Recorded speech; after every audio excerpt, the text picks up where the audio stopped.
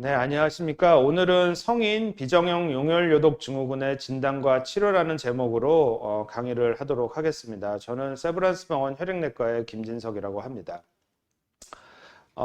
비정형 용혈요독 증후군을 설명하기 전에 먼저 혈전성 미세 혈관병증에 대하여 먼저 간단히 설명을 드리고 그 이후에 비정형 용혈요독 증후군의 유병률 및 정의, 원인, 진단, 증상과 예후, 치료에 대하여 설명을 드리도록 하겠습니다. 혈전성 미세혈관병증은 영어 약자로 TMA라고 저희가 이제 부르고 있는데요.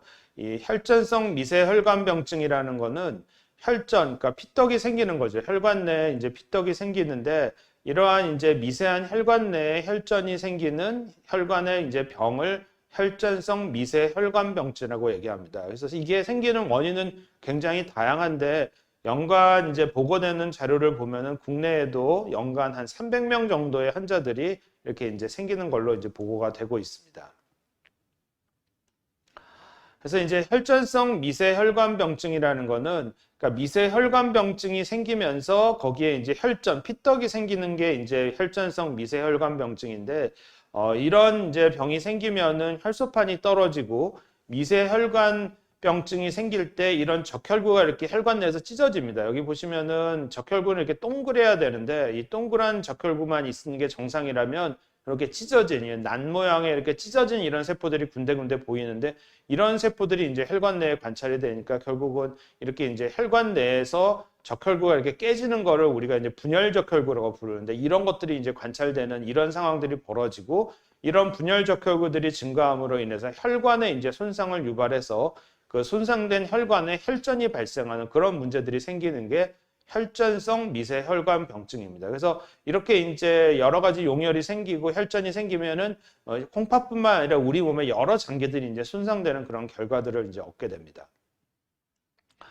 그래서 이러한 혈전성 미세혈관병증을 일으키는 병들이 여러 가지가 많은데요. 이제 대표적으로는 혈전성 혈소판 감소성 자반증이라고 해서 약자로 저희가 TTP라고 부릅니다. 이 TTP라는 이런 질환은 우리 몸에 아담티에스 실삼이라는 이런 이제 그런 엔자임이 있는데 이런 엔자임의 활성화가 이제 결핍이 되면서 혈전이 생기고 이것 때문에 실제로 뭐 경기도 하고 몸에 자반증도 생기고 콩팥도 망가지고 뭐 이런 병입니다. 그래서 이 병은 치료를 할 때는 이 아담티에스 13이라는 이런 엔자임을 우리가 이제 보충시키기 위해서 혈장 교환술을 우리가 이제 시행을 하면서 이제 치료를 하게 됩니다. 그 다음에 이제 많이 이제 우리가 볼 수 있는 게 시가톡신이라는 이런 독성을 이제 유발하는 이런 이제 대장균에 의해서 용혈요독 증후군이 생깁니다. 여러분들이 이제 햄버거병이라고 이제 들어보셨을 텐데 이런 햄버거병이라고 알려진 시가톡신 생선 대장균 용혈요독 증후군을 우리가 약자로 스택 HS라고 이제 부르는데 이것도 이제 혈전성 미세혈관병증을 유발하는 그런 병 중에 하나입니다. 이거는 이런 독소를 유발하는 이런 대장균이 들어가 있는 그런 음식을 먹거나 아니면 오염된 그런 물이나 이제 이런 것들에 의해서 실제로 감염이 돼서 이런 균에서 나오는 이런 독소 때문에 설사하고 복통을 하는 이런 이제 문제가 생기고 이것도 마찬가지로 이제 미세혈관병증이 생기면서 혈전이 생기는 이런 문제 때문에 뇌 손상이나 신 손상이 이제 발생하게 되고 전체적으로는 이제 어린이들하고 노인에서는 예후가 좋지 않은 결과도 일부 이제 보일 수 있는 그런 병으로 이제 알려져 있습니다. 그래서 혈전성 미세혈관병증이 생기는 환자들에서는 이 두 가지 질환이 맞냐 아니냐를 감별하는 게 첫 번째로 가장 중요하고요. 이 두 가지 질환이 아니라고 이제 생각이 이제 판단이 되는 경우에는 마지막으로 우리가 고려할 수 있는 게 비정형 용혈요독 증후군이라는 병이 되겠습니다. 그래서 이번 시간에는 이 비정형 용혈요독 증후군에 대해서 자세히 설명을 드리도록 하겠습니다. 그래서 혈전성 미세혈관병증은 일단은 이제 이 아까 말씀드린 것처럼 혈관 자체에 이제 여러 가지 문제가 생겨서 혈전이 이제 같이 동반되는 이런 질환이 있을 때 감별 진단을 하는 게 굉장히 중요합니다. 왜냐하면은 각각의 질환에 따라서 치료법이 달라지기 때문에 첫 번째 감별하는 게 중요한데 아까 말씀드린 것처럼 혈전성 혈소판 감소성 자반증이라는 TTP가 있을 때는 이런 아담티에스 실삼이라는 이런 이제 엔자임의 결핍이 있기 때문에 이 엔자임을 우리가 이제 보충시켜주기 위해서 혈장, 우리가 정상 사람의 혈장 안에는 요 엔자임이 있거든요. 그래서 그 효소를 우리가 이제 보충시켜주는 혈장 교환수를 갖고 이제 치료를 하게 되고요. 그다음에 시가톡신 생선 대장균에 의한 용혈 요독 증후군은 이 독소 때문에 이제 어쨌든 문제가 생기는 경우이기 때문에 이때는 수액을 맞거나 이제 보존적인 치료를 통해서 이제 치료를 하게 되고, 반면에 이번 시간에 이제 중요하게 얘기할 비정형 용혈 요독 증후군이라는 거는 우리 몸에 보채라는 이런 이제 그 단백의 활성화가 이제 조절이 안 되는 그런 상황으로 보채가 계속해서 이제 활성화가 되는 게 이 문제라서 이 보채 활성화를 억제시키는 그런 약제를 쓰는 게 이제 치료법이기 때문에 각각의 질환에 따라서 이제 치료법이 다르기 때문에 처음에 혈전성 미세혈관병증이 있을 때 정확한 원인을 이제 진단하는 게 가장 중요하다라고 이제 할 수가 있겠습니다. 그래서 아까 말씀드린 것처럼 이번 시간에는 비정형 용혈 요독 증후군에 대하여 이제 자세히 설명을 드리도록 하겠습니다. 그래서 비정형 용혈 요독 증후군이라는 거는, 비정형은 아까 말씀드린 이제 대부분의 그런 시가톡신 생선 대장균에 의한 용혈 요독 증후군이 보통은 일반적으로 보여주는 용혈 요독 증후군인데, 이거랑은 좀 다르다라는 이제 비정형이라는 뜻이고요. 용혈이라는 건 아까 얘기된 거는 혈관 내에서, 그러니까 적혈구가 이렇게 찢어진 세포들이 이제 많이 관찰이 됐잖아요. 그거를 이제 우리가 헬멧셀, 시스토사이트 뭐 이렇게 부르는데, 그런 찢어진 세포들이 이렇게 관찰되는 그런 경우를 이제 용혈이라고 얘기하고, 근데 요독 증후군이라는 거는 이러한 이제 혈관 내 용혈 때문에 콩팥이 주로 망가지면서 콩팥으로 이제 여러 가지 노폐물이 배출이 돼야 되는데 콩팥 손상이 오면서 요독이 이제 몸에 쌓여지게 되는 그런 문제가 발생하는 게 이 병의 특징적인 소견이기 때문에 이 병을 비정형 용혈 요독 증후군 이렇게 부르게 됩니다. 그래서 아까도 말씀드린 것처럼 이 문제는 발생하는 원인이 이 보채의 활성화를 우리 몸에서 조절하지 못해서 이 보채가 활성화되면서 이런 문제가 생기고 아주 희귀한 질환으로 알려져 있습니다. 연간 100만 명당 한두 명 정도 발생한다고 이제 알려져 있으면, 사실 우리나라에 5천만 명이면은 연간 한 50명에서 한 100명 정도는 발생을 해야 되는데, 사실 우리나라에서는 아직까지는 이 정도의 빈도는 안 되는 것으로 이제 알려져 있습니다. 그래서 초기에 이러한 이제 비정형 용혈 요독 증후군을 적절하게 치료하지 못할 경우에는 신속성뿐만 아니라 전신적인 이런 이제 혈전증 문제로 말기 신부전에 빠지거나 사망의 위험이 있는 그런 질환으로 알려져 있습니다. 비정형 용혈 요독 증후군의 원인에 대하여 이제 설명을 드리도록 하겠습니다. 아까도 계속 얘기 드린 것처럼 이 보채라는 이런 단백이 우리 몸에서 필요한 이런 단백인데요. 이게 이제 조절되지 않아서 과도하게 활성화됨으로 인해서 발생하는 게 이 비정형 용혈 요독 증후군의 원인인데, 이 보채라는 거는 우리 몸의 면역 시스템 중에 하나입니다. 그래서 외부에서 이런 뭐 균이나 세균이나 그런 이제 이물질이 몸에 들어오면은 그런 세균들을 죽이기 위해서 우리 몸의 보채가 활성화돼서 이런 세균들을 이제 공격하게 되기 때문에, 이 보채라는 이런 것들은 우리 몸에서 이런 균이 들어오면 활성화가 되고, 이제 균이 안 들어오고 그냥 평온한 상황이 되면은 이 보채가 활성화가 되지 못하도록 우리 몸에는 조절 단백이 있어서 이 보채를 이제 억누르는 그런, 우리 몸에서 이렇게 활성화가 되고 어떤 경우에는 그거를 이제 억제시키고 하는 게 조절이 돼야 되는 거거든요. 근데 이 비정형 용혈 요독 증후군에서는 이 보채에 이제 조절하는 단백이 결핍이 되거나, 아니면 자가 항체가 이런 보채에 대해서 이제 생기거나, 아니면은 보채의 이런 이제 그 돌연변이에 의해서 그 지속적으로 이제 이 보채가 활성화되면서 우리 몸에서 보채의 조절을 상실하게 되는 그런 상황이 벌어지게 된다. 그러면은 우리 몸에 보채가 과도하게 이제 활성화되는 상황들이 지속적으로 이제 몸에 생기게 되는 거죠. 그걸로 인해서 혈관이 망가지고, 그로 인해서 혈전증이 생기고 주요한 장기들이 손상을 입게 되는 그런 이제 질환이라고 알려져 있습니다.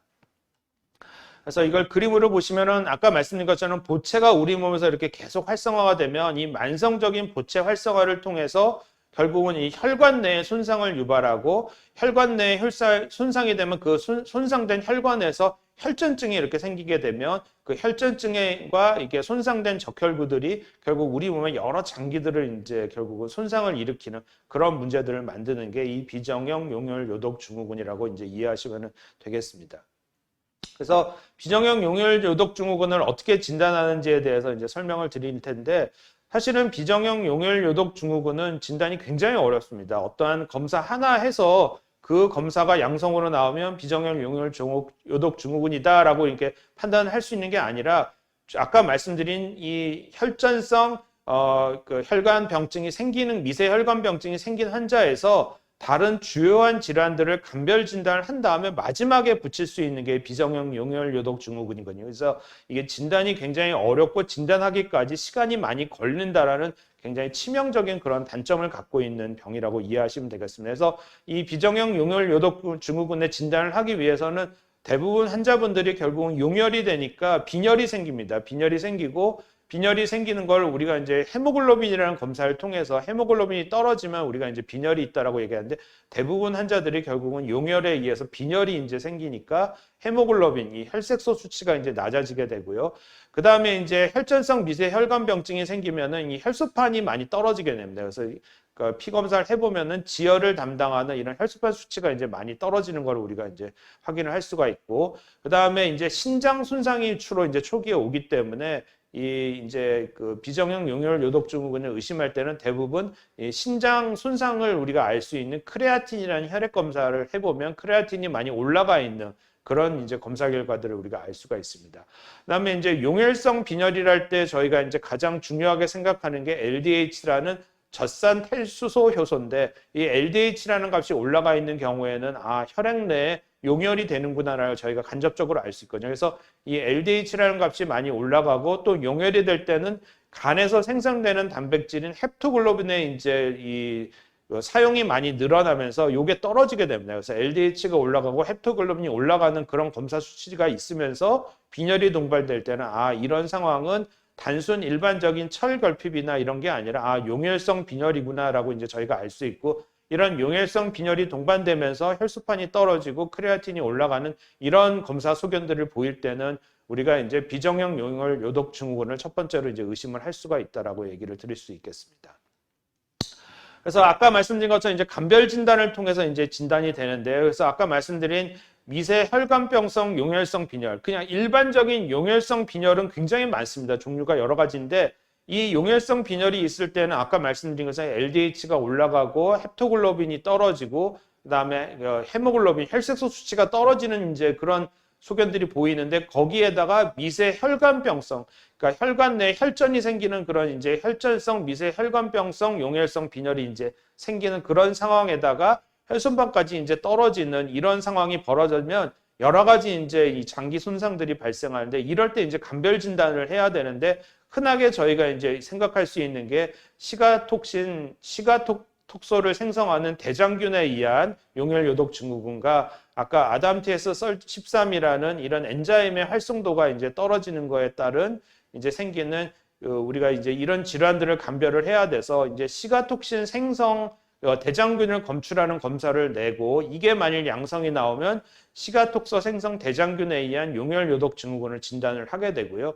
그다음에 아담티에스 13이라는 활동도를 검사해서 이게 10% 미만이 나오면 혈전성 혈소판 감소성 자반증이라는 병을 우리가 이제 진단을 하게 됩니다. 그래서 이런 미세 혈관병성 용혈성 빈혈과 혈소판 감소증이 있을 때 이 두 가지 질환이 아니라고, 이제 시가톡신 생성 대장균 검사도 음성이고 아담티에스 13 활성도 검사에서도 괜찮게 나오는 경우에는 이 두 가지 질환이 아니거든요. 이제 그럴 때 마지막으로 저희가 이제 비정형 용혈 요독 증후군을 의심을 하게 돼서 이제 저희가 진단을 붙이고 이제 치료를 진행을 하게 됩니다. 그래서 이런 비정형 용혈 요독 증후군이 이제 진단이 될 때는 아까 같은 그런 방법으로 이제 진단을 하지만, 실제로 이제 이 AHS라는 이런 환자들이 여러 가지 이제 유전 경향들을 많이 갖고 있기 때문에 피 검사를 통해서 주요한 보체에 이제 유전자 변이가 동반됐는지, 그 다음에 이런 분들은 가족력이 있는 분들이 제법 있습니다. 그래서 이런 가족 중에 만약 신장 이식을 받거나 말기 신부정증으로 투석을 받는 사람이 있는지, 아니면 본인이 정말로 예전에 한 4, 5년 전, 5, 6년 전에 이런 신장 손상이 있다가 회복된 과거력이 있는지, 그다음에 뭐 신장 이식을 받았던 이력이 있는지, 뭐 여러 가지들을 이제 부가적인 정보를 가지고 아까 말씀드린 그런 상황에서 이 환자는 정말로 비정형 용혈 요독 증후군이 맞겠구나라고 저희가 이제 확신하게 이제 된다라고 이해를 하시면 되겠습니다. 그래서 이 비정형 용혈 요독 증후군을 가진 환자들의 증상과 예후에 대하여 이제 설명을 드리도록 하겠습니다. 그래서 결론적으로는 그런 이제 혈관 내 용혈에 따라서 혈관 내피세포가 손상을 받고 거기에 이제 혈전증이 자꾸만 생기면서 아까 말씀드린 것처럼 용혈요독증후군에서 신장 손상이 주로 와서 요독이 쌓이기 때문에 용혈요독증후군이란 말을 썼지만 실제로 콩팥만 망가지는 게 아니라 그거 이외에도 중추신경계, 안과, 심혈관, 호흡기계, 위장관계 이상이 같이 동반되는 그런 전신적인 병이라고 이제 이해를 하시면 되겠습니다. 그래서 환자가 실제로 이제 신장이 나빠지면은 혈압이 올라가고 몸이 붓고 소변량이 감소하고 옆구리가 아프고 이런 이제 신장 손상에 따른 여러 가지 증상들이 이제 주로 이제 발생하게 되지만 이거 이외에도 중추신경계에 문제가 생기면서 환자가 뭐 집중력이 떨어지거나 많이 어눌해지거나 뭐 균형 감각을 맞추기 어렵다든지 이유 없이 머리가 아프고 어지럽다 이런 것뿐만 아니라 아주 경과가 나쁘신 분들은 이제 경기를 하게 되는 그런 경우도 이제 생기고요. 눈에 혈전이 생기면서 시야가 이제 흐려지거나 심장에 있는 관상동맥에 이제 혈전이 생기거나 그러면 심근경색이나 협심증이 이제 발생할 수도 있는 거죠. 그다음에 폐동맥 고혈압도 유발하면서 숨이 가쁘거나 뭐 우리가 걸을 때 더 숨이 차거나 이제 기침을 하게 되는 이런 증상도 생기고요. 장으로 가는 그런 혈관에 혈전이 생기면서 복통이 아주 심하게 오거나 설사를 한다든지 구토를 한다든지 이런 증상들이 생기는 결국은 비정형 용혈요독증후군이라는 병은 전신의 모든 장기에 결국은 이제 혈전증을 유발하면서 증상이 생길 수 있는 그런 병이다라고 이해를 하시면 될 것 같습니다.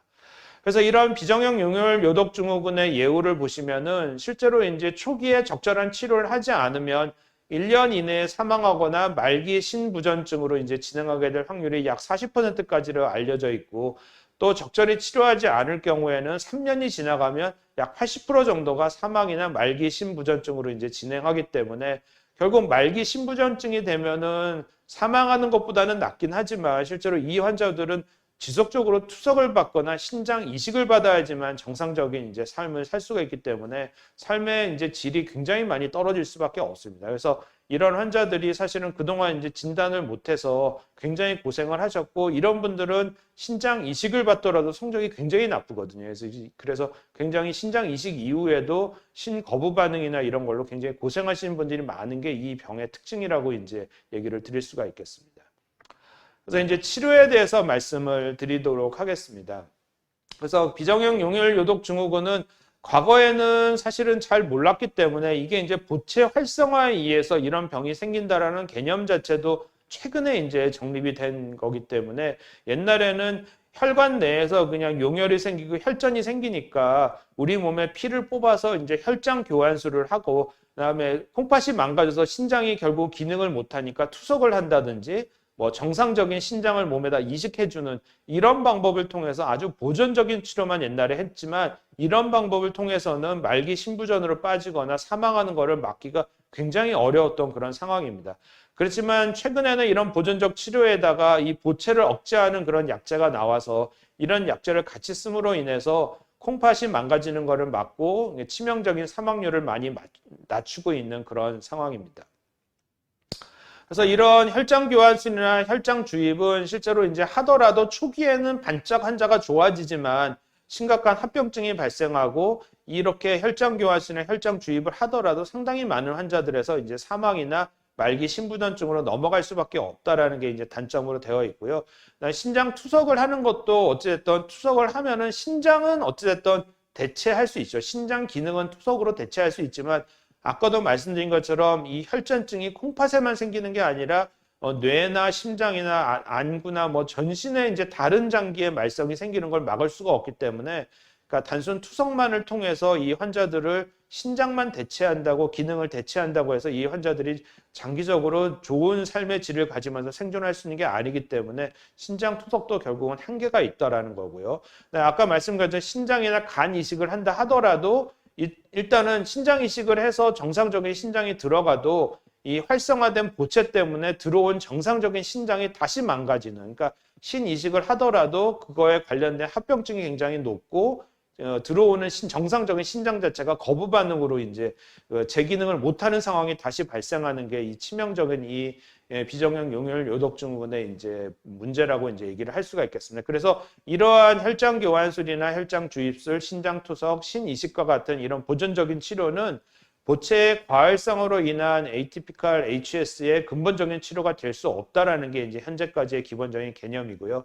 그래서 이걸 근본적으로 해결하는 건 어렵습니다. 이 병을 완치시키는 건 어렵지만 이 보체가 활성화돼서 이제 여러 가지 문제가 생기니까 결국은 보체의 활동도를 억제하는 보체 억제제를 몸에다 투여하게 되면은 여러 가지 이제 2차적으로 혈전이 생기는 걸 막을 수 있기 때문에 이런 보체의 과도한 활성화를 억제시키는 이런 에클리즈맙이라는 이런 약제가 이제 도입이 되면서 이 비정형 용혈 요독증후군의 예후는 굉장히 많이 좋아졌다라고 이제 얘기를 드릴 수가 있겠습니다. 그래서 이 솔리리스라는 이 상품명을 가지는 에클리즈맙은 보체 중에서도 이제 5번째 보체가 보체 활성화의 가장 마지막 단계인데 이 컴플리먼트 5번을 이제 억제하는 그런 약으로 돼 있고 비정형 용혈 요독증후군을 치료하는 국내 최초의 유일한 이제 치료제라고 이해하시면 되겠습니다. 그래서 이 약제는 이제 보체를 억제하게 되면은 보체가 우리 몸에서 정상적으로 그런 이제 세균을 죽이고 이런 역할을 해야 되는데 이 약을 써서 보체를 억제하게 되면은 세균에 우리가 이제 취약하게 되거든요. 그래서 모든 환자는 수막규균에 대한 백신 접종을 반드시 하셔야 됩니다. 혹시라도 이 약을 맞기 전에 수막규균에 대한 백신 접종을 많이 못 하셨으면 보통 2주 정도는 항생제를 복용하라고 저희가 이제 얘기를 하고 있고요. 그래서 2주 전에는 가급적이면 백신 접종을 하고 그 이후에 초기 4주간은 매주 900mg을 투약하고 그 이후에는 2주 간격으로 1200mg을 투약을 이제 계속 지속적으로 하는 게 이 에클리즈맙의 용법 용량이라고 이제 이해하시면 되겠습니다.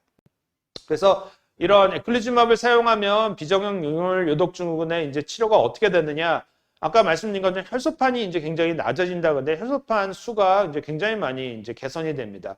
그다음에 혈액학적 그런 이제 소견, 혈소판이 떨어지는 것뿐만 아니라 빈혈 소견이라든지 이런 것들이 지속적으로 이제 개선이 되고요. 그다음에 혈전 문제가 생기는 것들을 이제 완화시킬 수 있고 신장 기능이 나빠졌던 게 개선이 돼서 결국은 투석의 필요성이 감소되고 환자의 삶의 질이 향상되는 그런 결과를 이제 저희가 유도를 할 수 있게 됩니다.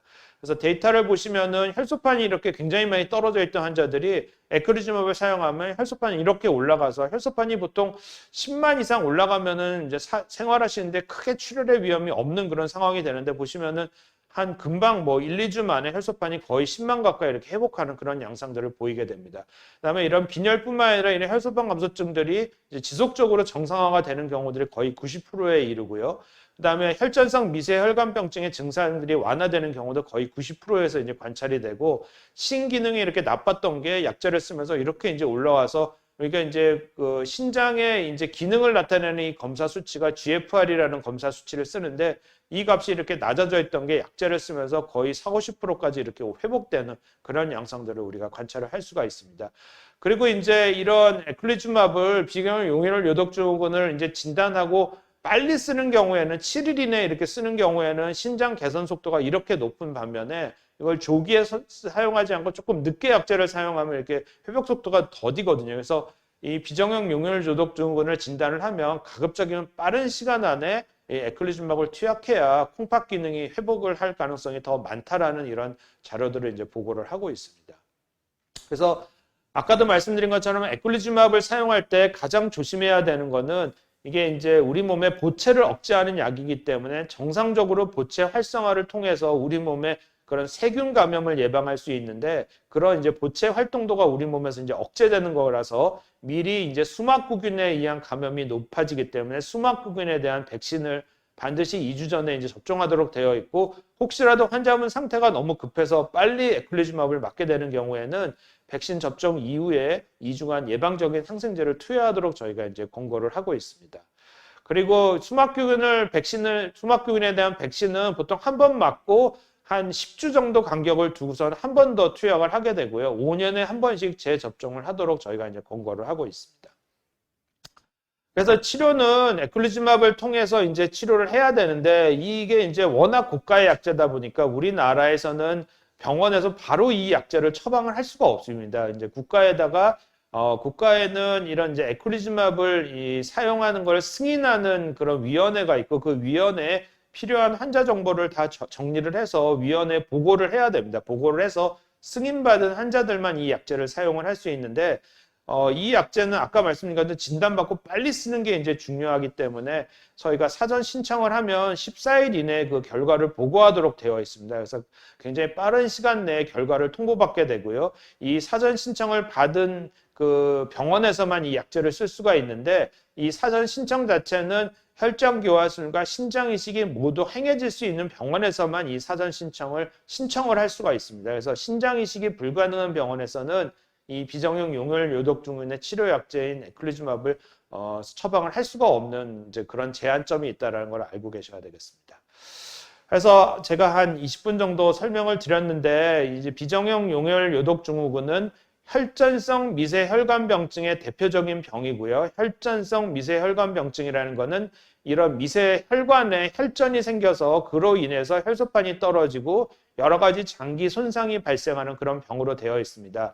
이런 혈전성 미세혈관병증에는 비정형 용혈 요독 증후군 이외에도 혈전성 혈소판 감소성 자반증, 시가톡신 생성 대장균에 의한 용혈 요독 증후군 등이 있는데 이 혈전성 미세혈관병증이 발생하는 경우에는 우선적으로 혈전성 혈소판 감소성 자반증하고 시가톡신 생성에 의한 대장균에 의한 용혈 요독 증후군, 햄버거병이죠. 아까 말씀드린. 그래서 이런 TTP와 햄버거병을 먼저 감별하고 그래도 진단이 안 되는 경우에는 마지막으로 이제 저희가 비정형 용혈 요독 증후군을 이제 의심을 하게 됩니다. 그래서 이런 비정형 용혈 요독 증후군은 우리 몸의 이런 보채 과활성화 때문에 이제 생기는 걸로 알려져 있고 적절한 치료가 되지 않은 경우에는 말기 심부전이나 사망에 도달할 확률이 굉장히 높다라고 알려져 있기 때문에 비정형 용혈 요독 증후군의 진단이 되는 경우에는 이런 적절한 보채 억제제인 에클리즈맙을 통해서 신장 기능을 보존하고 혈액 확장 기능들이 이제 정상화시킬 수 있다라고